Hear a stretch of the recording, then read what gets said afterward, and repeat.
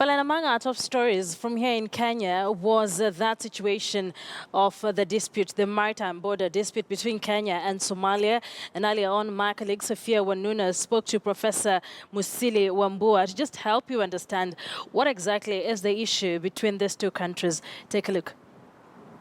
Thank you, Professor, for joining us. Let's begin with breaking down for many of our viewers in as far as the genesis of this. What is this maritime boundary dispute really all about in simple language? The dispute involving Kenya and Somalia arises within the framework of international law, specifically the law of the sea. And it involves the demarcation of maritime boundary to the north. And the genesis of this dispute goes back to 2005, following a presidential proclamation which set the boundary to the south with Tanzania and to the north with Somalia. After that proclamation, a lot of events took place in 2009, and Kenya did submit a claim for extended continental shelf. And this extended continental shelf was again done within the framework of the Law of the Sea Convention.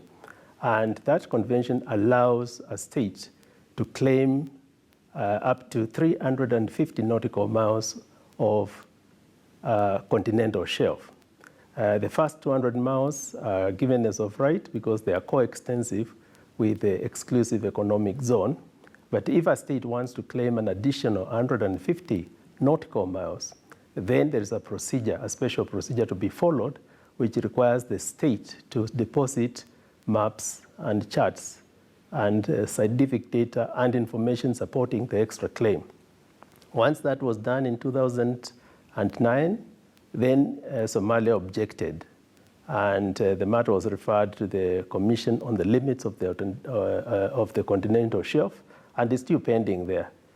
In between, there were negotiations between Somalia and Kenya to reach amicable settlement with regard to the extended continental shelf and other maritime dispute involving the territorial sea and the exclusive economic zone. Those negotiations failed because in one such meeting, Kenya did not turn up, and Somalia took the view that Kenya was not negotiating in good faith and therefore referred the matter to the ICJ in 2014. We've heard from Kenya's legal team is reference to an MOU and a memorandum of understanding that, according to Kenya, really settles this matter. And the question and the matter and the issues they've been raising to the court is that Somalia really should stick to the issues that were agreed upon and not seek to renege on the same. So, from where you sit, this MOU and Kenya's argument vis-a-vis what we're hearing from Somalia, which side do you lean on? Well, let me put it in context. First and foremost, the point which you have referred to is one of the points which have been taken by Kenya as a preliminary point touching on jurisdiction and admissibility of the claim. Now, the Law of the Sea Convention requires states, Article 15 and Article 74, to agree on disputes. Agreement is the very first step.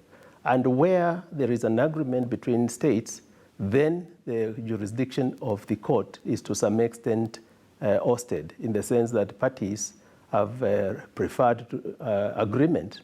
Now, the MOU we are referring to in 2009 was reached between Kenya and the transitional federal government, which was then based in Nairobi.